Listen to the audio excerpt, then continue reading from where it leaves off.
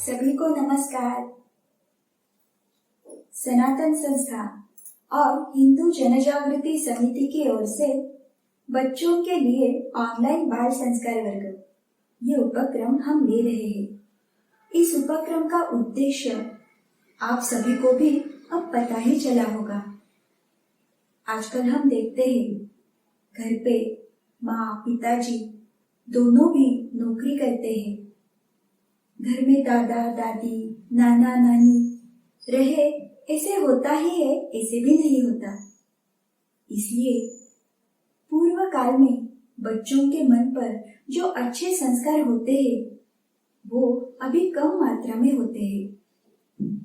तो ये जो आधुनिक प्रणाली है, तो इस प्रणाली का उपयोग करके सभी बच्चे ये अच्छे संस्कार अब सीख सकते हैं। तो आप सभी इसका जरूर लाभ लेना। इस संस्कार वर्ग में जो भी बातें हम बताते हैं, जो भी संस्कार बताते हैं, वो अगर आप आचरण में लाएंगे तो आने वाली जो पीढ़ी है वो निश्चित स्वरूप से एक आदर्श, संस्कारी, राष्ट्राभिमानी, ईश्वर भक्त ऐसी पीढ़ी हो सकती है। चलिए फिर अब हमारे आज के विषय को, हमारे आज के बाल संस्कार वर्ग को हम आरंभ करते हैं। सनातन संस्था के श्रद्धा स्रोत परम पूज्य भक्तराज महाराज तथा संस्थापक परात्पर गुरु डॉक्टर जयंत आठवले जी के चरणों में वंदन कर हम आज का हमारा बाल संस्कार वर्ग आरंभ करते हैं। अब सबसे पहले हम भगवान श्री गणेश जी के चरणों में प्रार्थना करेंगे। प्रार्थना करते समय हम क्या क्या करते हैं? तो अपने हाथ जोड़कर आंखें बंद करके भगवान श्री गणेश जी का रूप आंखों के सामने लेते हैं और पूरे मन से ये एकाग्रता से ये प्रार्थना हम कहते हैं। चलिए फिर अब प्रार्थना आरंभ करते हैं। हे श्री गणेश जी, केवल आपकी ही कृपा से इस बाल संस्कार वर्ग में सहभागी होने का अवसर हमें मिला है। हम आपकी शरण में आए हैं। हे श्री गणराया, इस संस्कार वर्ग में जो भी सूत्र आप बताने वाले हो वो सारे सूत्र हमारे समझ में आने दीजिए और उसके अनुसार आचरण करने के लिए आप ही हमें शक्ति, बुद्धि एवं क्षमता दीजिए। ऐसी आपके श्री चरणों में शरणागत भाव से प्रार्थना है।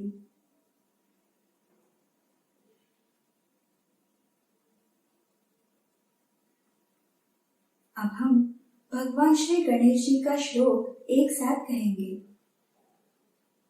वक्रतुंड महाकाय सूर्यकोटि समप्रभ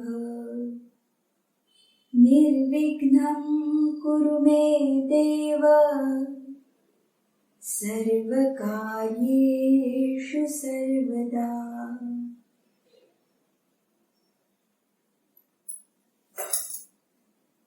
बच्चों, ये जो संस्कार वर्ग चल रहा है तो ये प्रतिदिन कब आएगा, इसकी आप सभी बच्चे राह देखते हो। इस वर्ग में हम जो भी बातें बताते हैं उसके अनुसार आचरण करने का प्रयास भी आप सभी बच्चे कर रहे हो और ये सभी बातें हमें पता चल रही है क्योंकि आपका जो प्रतिसाद है, आपकी प्रतिक्रिया है, तो वो चैट बॉक्स में लिख कर हमें भेजते हो।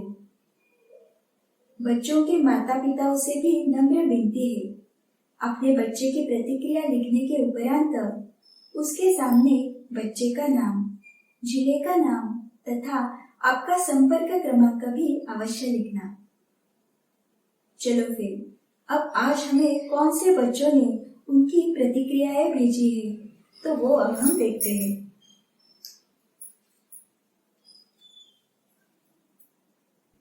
तो आज सबसे पहले हमें भेजा है साक्षी अहिर ने। उसने लिखा है कि उसने एक दिन सारणी लिखाण नहीं किया है, इसलिए उसने क्षमा याचना की है। जाह्नवी और सार्थक कसलकर ने लिखा है कि उन्होंने 4 दिन दोष और गुण संवर्धन सारणी नहीं लिखी है, उन्होंने भी क्षमा याचना की है। और इसके साथ ही अंजलि और चिन्मय मुजुमले ने कहा है कि उन्होंने कल सारणी नहीं लिखी है, इसके लिए उन्होंने भी क्षमा याचना की है। बाल मित्रों, आप ये सभी बातें बताते हो, ये अच्छी बात है, परंतु ये जो स्वभाव दोष निर्मूलन सारणी है, गुण संवर्धन सारणी है, तो वो किसके लिए है? हमारे लिए ही है ना। हम जब ये प्रतिदिन लिखेंगे तो हमारा मन जो है, हमारे मन पर जो बुरे संस्कार है, स्वभाव दोष है, तो वो कम होंगे और फिर हम एक आदर्श और गुणी बच्चे बन सकेंगे। तो सभी बच्चे अब गांभीर्य से प्रतिदिन ये जो दोनों सारणियां हैं, ये हम कैसे लिख सकेंगे, इसका नियोजन भी करना। अगर आप नियोजन करेंगे तो वो अवश्य आपसे हो सकता है, ठीक है ना। तो सभी बच्चे फिर से प्रयास करना। चलो फिर अब आगे की ओर बढ़ते हैं। तो आज भी हम एक बहुत ही अच्छी कहानी सुनने वाले हैं। भगवान जगन्नाथ जी को खिचड़ी का भोग, ये कहानी आज हम देखने वाले हैं। तो बच्चे पूरा ध्यान देकर, पूरा मन लगाकर ये कहानी सुनेंगे, क्योंकि कहानी होने के उपरांत आपको एक प्रश्न पूछा जाएगा और फिर 15 सेकंड में उसका योग्य उत्तर क्या है, ये आपको सोच के रखना है, ठीक है ना। चलो फिर अब हम आज की हमारी कहानी आरंभ करते हैं। बाल मित्रों, ये बहुत पुराने समय की बात है। जगन्नाथपुरी में कर्माबाई नाम की एक माताजी रहती थी। वो भगवान श्री कृष्ण जी की उपासक थी। बचपन से ही वो भगवान श्री कृष्ण जी की पूजा करती थी। उन्होंने भगवान श्री कृष्ण जी को अपना पुत्र माना था। वो भगवान श्री कृष्ण से बातें भी करती थी। अपने पुत्र के लिए क्या क्या करते, वो सभी वो भगवान श्री कृष्ण जी के लिए करती थी। उनकी सेवा करती थी, उन्हें भोग लगाती थी। तो एक दिन क्या हुआ, कर्माबाई के मन में विचार आया, जैसे मैं प्रतिदिन मेरे कान्हा को कुछ ना कुछ भोग चढ़ाती हूँ, तो मैं प्रतिदिन उन्हें फल या कुछ ना कुछ खाद्य पदार्थ देती हूँ, परंतु आज मैं अपने भगवान को स्वयं के हाथ से कुछ ना कुछ बनाकर उन्हें खिलाऊंगी। तो ऐसा विचार मन में आने के उपरांत कर्माबाई ने वैसे भगवान जगन्नाथ जी को ये बताया। तो उस पर भगवान जगन्नाथ जी बोले, माँ, मुझे तो अभी ही बहुत ही जोर की भूख लगी है, तो जो भी कुछ तुमने बनाया है वही मुझे खाने के लिए दे दो। भगवान तो भक्त के भाव के ही भूखे होते हैं ना। तो उस समय कर्माबाई ने खिचड़ी बनाई हुई होती है। तो भगवान ने जैसे बताया, कर्माबाई ने उन्हें गरम गरम खिचड़ी दी। भगवान भी पूरे स्वाद के साथ वो खिचड़ी खाने लगे। तो उस समय कर्माबाई अपने माता का जो कर्तव्य था उसे निभाने के लिए भगवान को पंखा चलने लगी और वो ये सोचने लगी कि कहीं ये गरम गरम खिचड़ी खाते समय मेरे कान्हा का मुख न जले। इसलिए वो मातृत्व के प्रेम से भगवान को पंखा कर रही थी। बाल मित्रों, पूरे संसार को अपने मुख में समाये जाने वाले ऐसे भगवान, परंतु वो भी अपने भक्त की ये जो भावना है, ये जो भाव है, तो उसे देखकर भाव विभोर होकर वो सारा महसूस कर रहे थे। तो ऐसे होने के बाद फिर भगवान माता जी से कहने लगे, माँ, ये खिचड़ी तो मुझे बहुत ही अच्छी लगी। आप अब प्रतिदिन मुझे ऐसे ही खिचड़ी खिलाया करो। तो फिर कर्माबाई बोली, ठीक है भगवान, ये तो मेरे लिए बहुत ही आनंद की बात है। और फिर प्रतिदिन भगवान स्वयं वहां पे कर्माबाई के घर में आते थे। और फिर कर्माबाई भी जल्दी सुबह उठती थी और बाकी कुछ न करते हुए सबसे पहले वो गरम खिचड़ी बनाती थी और बाद में फिर बाकी के सारे काम करती थी। और फिर भगवान भी प्रतिदिन आते थे और माँ को मुझे जल्दी से खिचड़ी खाने के लिए दो, ऐसे कहकर गरम गरम खिचड़ी खाते थे और फिर लौट जाते थे। तो ये तो अब प्रतिदिन का क्रम ही हो चुका था। भगवान आते थे और माँ के हाथ की गरम गरम खिचड़ी खा के वापस जाते थे। तो ऐसे भक्त और भगवंत के बीच चल रहा था। एक दिन क्या हुआ, तो वो जो कर्माबाई थी, तो उनके यहाँ एक महात्मा जी आ गए। तो महात्मा जी ने देखा कि सुबह उठते उठते ही कर्माबाई खिचड़ी पकाने में लग गई। ये देखकर वो थोड़े से नाराज हो गए और वो कहने लगे, माता जी, आप ये क्या कर रहे हो? सुबह उठने के उपरांत पहले तो स्नान करने के बाद पूजा अर्चना ये सब करना चाहिए, और तुम तो ऐसी हो कि सुबह उठते ही तुम्हें अपने पेट की पड़ी है और तुम भोजन ही बनाने लगी। ये उचित नहीं है। तो उस पर कर्माबाई ने कहा, क्या करूं महाराज जी, पूरा संसार जिनकी पूजा अर्चना करता है तो वो स्वयं ही सुबह सुबह भूखे पेट मेरे यहाँ आते हैं, और फिर उनके लिए ही मैं सुबह सुबह ये खिचड़ी बनाती हूँ। कर्माबाई के ये वाक्य सुनने के बाद वो जो महात्मा थे उन्हें लगा शायद ये पागल हो गई है। इसे लगता है जैसे भगवान तो केवल उसके खिचड़ी के ही भूखे हैं। ये क्या कर रही है ये? तो फिर से महात्मा जी कहने लगे, माई, तुम ऐसे करना, सुबह उठने के उपरांत पहले स्वयं की स्नान संध्या ये सब बातें करनी चाहिए। बाद में रसोई घर की सफाई अच्छे से करनी चाहिए, और फिर शुद्ध मन से तुम्हें भगवान के लिए जो तुम भोग लगाना चाहती हो वो तुम बना सकती हो। क्योंकि ऐसे सुबह उठने के उपरांत जब तुम भोग बनाती हो तो उसके कारण तुम भगवान को ही अशुद्ध कर रही हो। तो ऐसे नहीं करना चाहिए।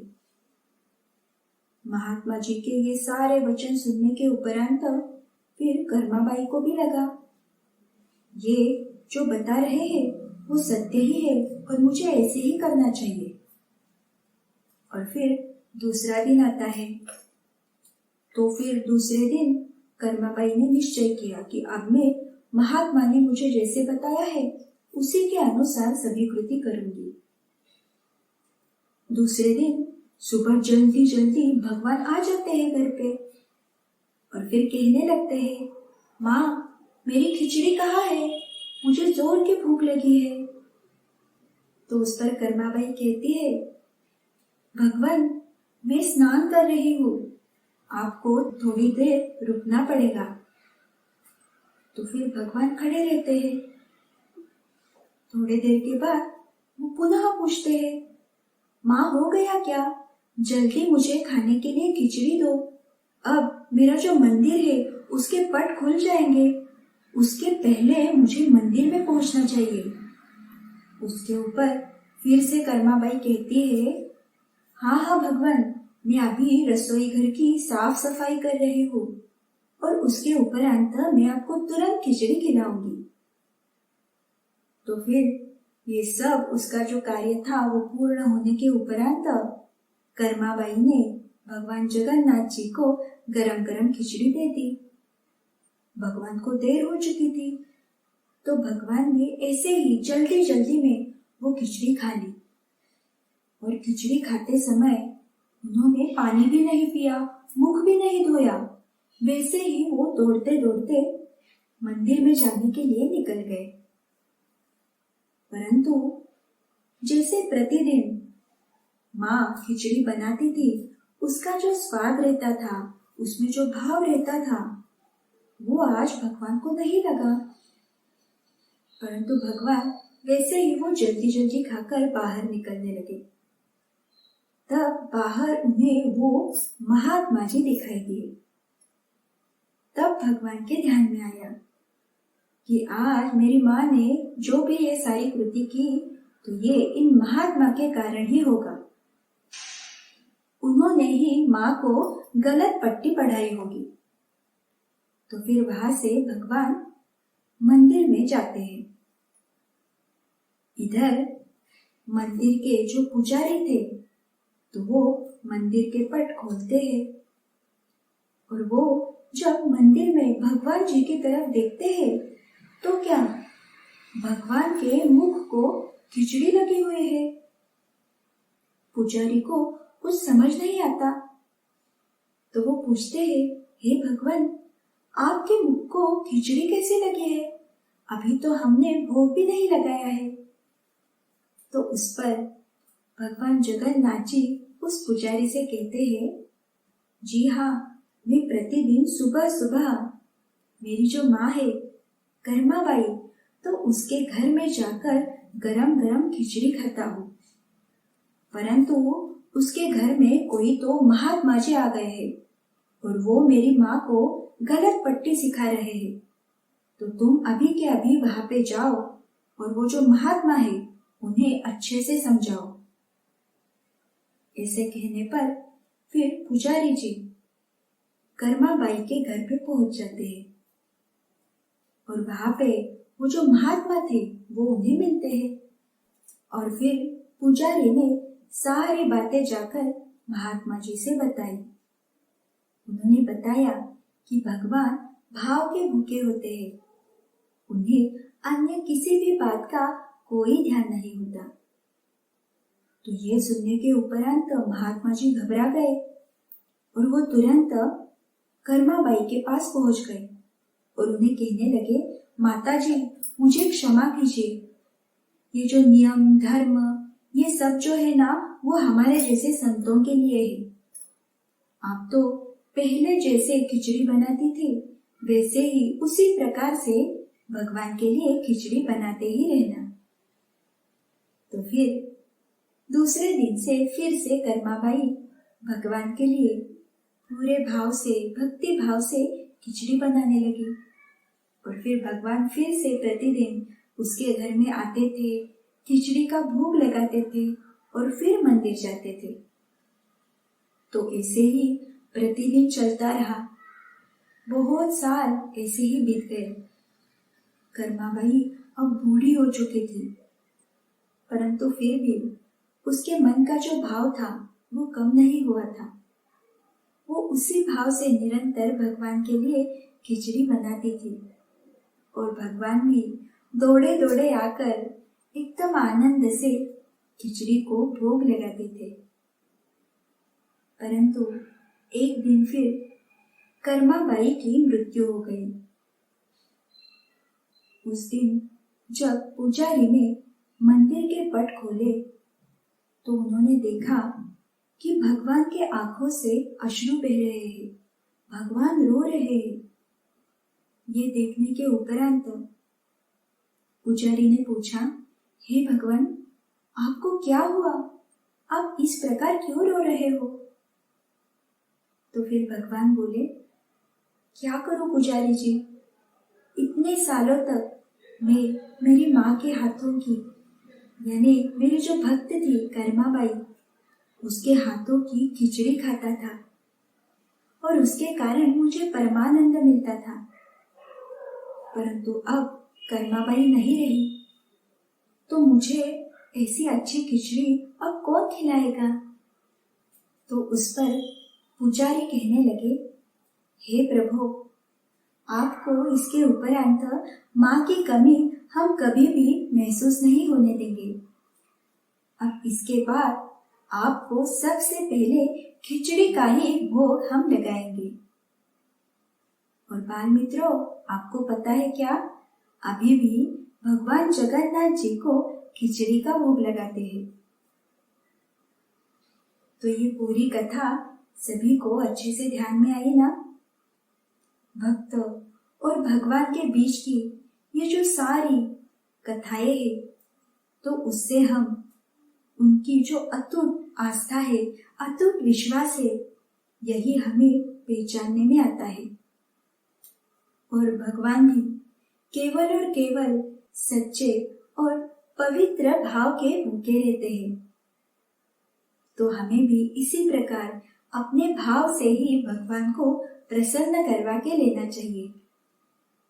ये जो कथाएं हम सुनते हैं, इनमें जो भक्ति का रस हमें मिलता है, तो ऐसे ही भक्ति के रस के इस सरोवर में हम आनंद की डुबकी ऐसे ही निरंतर लगाते रहेंगे, जिसके कारण हमें भी आनंद मिलता है ना?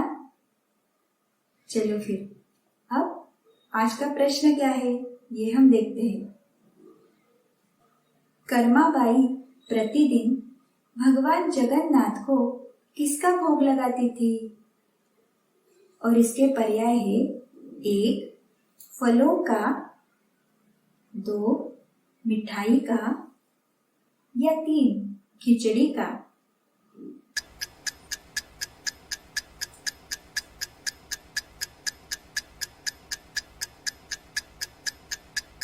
सभी बच्चों को पता चला है ना उत्तर? वो कर्माबाई प्रतिदिन भगवान जगन्नाथ को खिचड़ी का भोग लगाती थी। चलो फिर बच्चों, अब हम नामस्मरण करेंगे। जैसे आज की कथा में हमने देखा ना कि भगवान केवल भाव के भूखे होते हैं, तो आज भी हम जब नामस्मरण करेंगे तो पूरे भाव के साथ करेंगे। हम भगवान को पुकार रहे हैं और वो हमारी ओर देख रहे हैं। इसी भाव से आज हम ये नाम जप करेंगे। चलेगा ना? अब हम सब हाथ जोड़ेंगे, आंखें बंद करेंगे और भगवान का रूप आंखों के सामने लाकर पूरे मन से, पूरे भाव से हम ये नामस्मरण करेंगे। चलिए फिर अब हम नामस्मरण आरंभ करते हैं। ओम गं गणपतये नमः। ओम गं गणपतये नमः। ओम गं गणपतये नमः। ओम गं गणपतये नमः। ओम गं गणपतये नमः। ओम गं गणपतये नमः। ओम गं गणपतये नमः। ओम गं गणपतये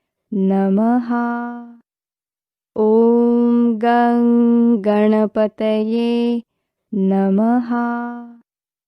ओम गं गणपतये नमः। ओम गं गणपतये नमः। ओम गं गणपतये नमः। ओम गं गणपतये नमः। ओम गं गणपतये नमः। ओम गं गणपतये नमः। ओम गं गणपतये नमः। ओम गं गणपतये नमः। ओम गं गणपतये नमः। ओम गं गणपतये नमः।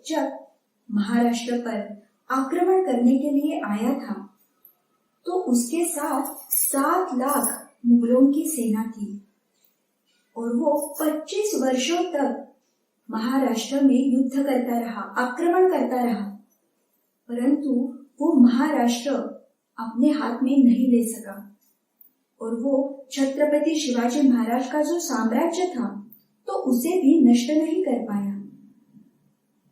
तो इतना जो बलशाली औरंगजेब था, जिसके पास 7 लाख मुगल सैनिक, बहुत सारा बारूद दारूगोला था और 25 वर्षों तक जो लड़ता रहा, फिर भी वो हिंदवी स्वराज्य महाराष्ट्र नहीं जीत पाया। और फिर अंग्रेजों ने तो केवल 10-15 वर्षों में महाराष्ट्र पर अपना अधिकार जमाया। तो ये कैसे हो गया? आपके पास तो इतने शस्त्र अस्त्र ये भी नहीं था, तो ये कैसे संभव हुआ? ये प्रश्न जब पूछा गया तो उस पर ये जो रिचर्ड टेम्पल थे, उनका जो उत्तर है वो बहुत ही महत्वपूर्ण है। सभी ध्यान देकर सुनना। तो उसने ऐसे बताया, जब मुगलों ने महाराष्ट्र पर आक्रमण किया तो सभी लोगों को छत्रपति शिवाजी महाराज का जो जीवन था, उनका जो आदर्श था, वो उनके आंखों के सामने था। इसलिए मुगल इतने संख्या में होते हुए भी वो कुछ भी नहीं कर पाए। परंतु जैसे ही महाराज नहीं रहे तो सभी लोग छत्रपति शिवाजी महाराज को, उनके पराक्रम को भूल गए और उसी के कारण हम आसानी से महाराष्ट्र पर, भारत पर कब्जा कर सके। तो बच्चों, आपके ध्यान में आ रहा है ना? तो हमारे छत्रपति शिवाजी महाराज, इनका जो इतिहास है, पराक्रम है, ये हमें कभी भी नहीं भूलना चाहिए। आज के जो राजनेता हम देखते हैं तो वो छत्रपति शिवाजी महाराज के पराक्रम को भूल गए हैं और उनका केवल राजनीति के लिए उपयोग किया जाता है। परंतु हम ऐसे नहीं करेंगे। छत्रपति शिवाजी महाराज का जो जीवन है तो वो हमें निरंतर याद रखना है। उनके प्रति हम कृतज्ञ नहीं बनेंगे। तो बच्चों, आपके ध्यान में आया ना कि हम छत्रपति शिवाजी महाराज को भूले, उनके जीवन को भूले, उनके पराक्रम को भूले और उसी के कारण हम अंग्रेजों के गुलाम बन गए थे। परंतु अब हम ऐसा बिल्कुल नहीं करेंगे। हम महाराज का जो आचरण था, उनके जो गुण थे, वो सदैव ध्यान में रखेंगे और उसके अनुसार आचरण करने का प्रयास करेंगे। तो बच्चों, अब हम प्रतिदिन छत्रपति शिवाजी महाराज के इतने सारे गुण हैं तो वो हम देखने वाले हैं। जैसे अंग्रेजों को सबक सिखाने वाले छत्रपति शिवाजी महाराज, मंदिरों की रक्षा करने वाले शिवाजी महाराज, गो ब्राह्मण प्रतिपालक शिवाजी महाराज, जलदुर्गों की रचना करने वाले हमारे शिवाजी महाराज, युद्ध नीति में धुरंधर ऐसे छत्रपति शिवाजी महाराज और आदर्श व्यवस्थापक शिवाजी महाराज। एक या दो, इतने सारे गुण हमारे छत्रपति शिवाजी महाराज में है और इसका हमें अभिमान होना चाहिए। तो सभी बच्चों को ये सारे गुण सीखने के लिए, सुनने के लिए अच्छा लगेगा ना? आज हम ये सारे गुण केवल हमने सुने, तभी हमारे मन में कितना उत्साह आ गया है। तो अब हम प्रतिदिन एक के बाद एक ये जो सारे गुण है ये सीखने वाले हैं और ये अच्छे अच्छे गुण सीखकर उन्हें आत्मसात करने का हम सभी बच्चे प्रयास करेंगे। ठीक है ना? तो सभी छोटे छोटे मावले तैयार है ना? छत्रपति शिवाजी महाराज की जीवनी हम अब प्रतिदिन सीखेंगे। बाल मित्रों, हमने आपको सनातन प्रभात पढ़ने के लिए कहा था। आप में से बहुत से बच्चों ने सनातन प्रभात का ऐप गूगल प्ले स्टोर से डाउनलोड भी किया है। और हमें बताया भी है। सनातन प्रभात यही एकमेव ऐसा दैनिक है कि जो केवल समाचार देने तक ही सीमित नहीं है, अपितु राष्ट्र और धर्म की जो स्थिति है तो उसके बारे में समाज को योग्य दिशा देने का कार्य सनातन प्रभात करता है। उसके साथ ही धर्म के अनुसार आचरण करना यानी क्या करते हैं, धर्म का पालन हम कैसे कर सकते हैं, धर्म पर आघात हो तो हम उस स्थिति में क्या कर सकते हैं, ये सभी बातें सनातन प्रभात में ही आते हैं। उसके साथ ही संतों के अच्छे अच्छे लेख, उनके विचार, साधकों ने साधना करने के उपरांत उन्हें आई हुई अनुभूतियां, छोटे छोटे जो बच्चे रहते हैं उनके गुण वैशिष्ट्य, ये सभी बातें सनातन प्रभात में प्रकाशित होती है। जो बच्चे अभी सनातन प्रभात पढ़ रहे हैं और उसके कारण उन्हें लाभ हो रहा है तो वो अब और एक काम कर सकते हैं। आपको जो बातें अच्छी लगती है वो आप लिख कर रख सकते हो और आपके परिवार के अन्य सदस्य या फिर आपके मित्र सहेलियां, इन्हें आप ये सारी बातें बता सकते हैं। और उसके साथ ही आपके अन्य मित्रों को सनातन प्रभात का यानी दैनिक सनातन प्रभात या हिंदी पाक्षिक सनातन प्रभात का सदस्य होने के लिए भी आप बता सकते हो। इसके कारण क्या होगा, तो ये आपकी एक बहुत ही अच्छी समष्टि सेवा हो सकती है, क्योंकि हमने सभी ने निश्चय किया है ना कि हम पढ़ाई के साथ साथ सेवा साधना इसके लिए भी प्रयास करेंगे। और ये जो छोटी सी कृति है समष्टि सेवा की, ये तो हम आसानी से घर पर बैठे बैठे ही कर सकते हैं। तो सभी इसके लिए अवश्य प्रयास करना, ठीक है ना। चलो फिर अब आगे की ओर जाते हैं। अब हम संस्कार वर्ग में स्तोत्र सुनने वाले हैं। जिन बच्चों के पास सभी स्तोत्र होते हैं, ऐसी पुस्तिका है, तो वो पास में लेकर बैठेंगे और उसे देखकर हमारे साथ आप ये स्तोत्र कह सकते हो। सभी अपने हाथ जोड़कर एकदम स्थिरता से बैठेंगे और ये स्तोत्र कहेंगे।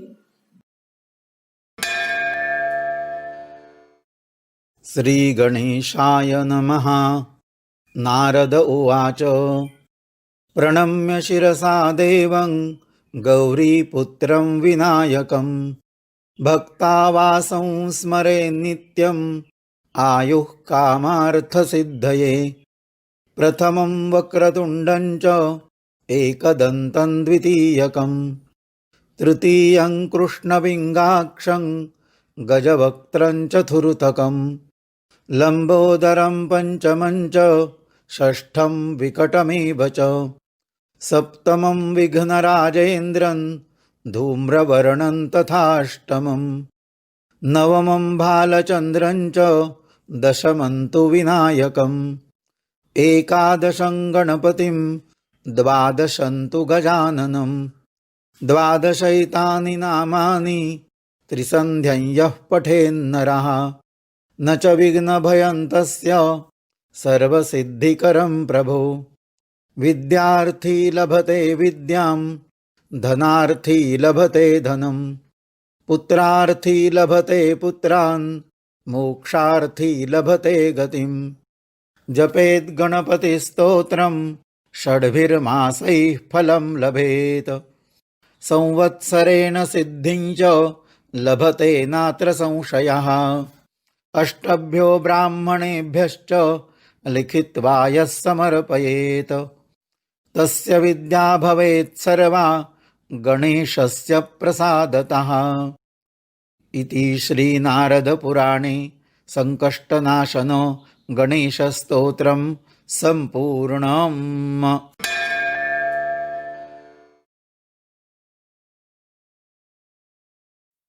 स्तोत्र कहने पर आपको अच्छा लगा ना, तो आपको घर पे भी ऐसे ही ये स्तोत्र कहने चाहिए। और अब तो आपके पास सनातन संस्थान निर्मित सनातन चैतन्य वाणी ऑडियो ऐप भी उपलब्ध है। ये ऐप आप गूगल प्ले स्टोर से डाउनलोड कर सकते हो। इसमें जो भी श्लोक स्तोत्र है वो एक बार डाउनलोड करने के बाद बिना इंटरनेट के भी आप सुन सकते हो और पढ़ भी सकते हो। ये ऐप मराठी भाषा में है, परंतु इसके जो श्लोक स्तोत्र संस्कृत में है वो तो आप अवश्य ही पढ़ सकते हो। और इसकी विशेषता ये है कि ये सारे स्तोत्र और श्लोक शास्त्र शुद्ध पद्धति से और वैदिक ब्राह्मणों द्वारा उच्चारण किए गए हैं, तो सभी इसका अवश्य लाभ लेना।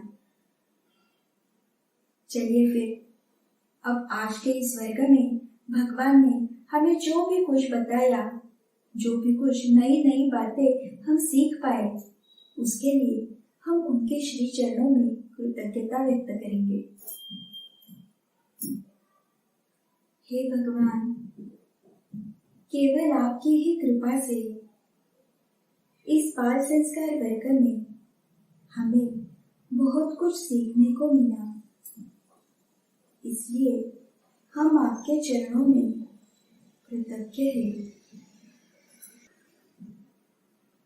बाल मित्रों, ये कार्यक्रम आपको अच्छा लगे तो हमें अवश्य बताना। उसके लिए ऑनलाइन स्क्रीन पे जो तरपट्टी जा रही है वहाँ हमारा संपर्क क्रमांक भी दिया है, और हमारी जो वेबसाइट है www.balsanskar.com, इसे भी अवश्य भेज देना। चलिए फिर, आज हमने जैसे कहानी सुनी वैसे ही और एक कहानी सुनने के लिए सभी बच्चे कल भी जुड़ेंगे ना, और सभी ठीक समय पर संस्कार वर्ग में जुड़ेंगे। और हाँ बच्चों, आप सभी को याद है ना कि अब हमारा जो संस्कार वर्ग है प्रत्येक रविवार को सुबह 11:15 बजे रहेगा, तो रविवार को सुबह 11:15 बजे जुड़ना न भूलना, ठीक है ना। और आपके जो मित्र है, सहेलियां है, जिन्हें अपने वर्ग के बारे में बताया है, तो उन्हें भी इस बात की याद दिलाना। चलो फिर, आज के इस वर्ग में हम यहाँ पर ही रुकते हैं। कल फिर से एक नए विषय के साथ हम पुनः मिलेंगे। नमस्कार।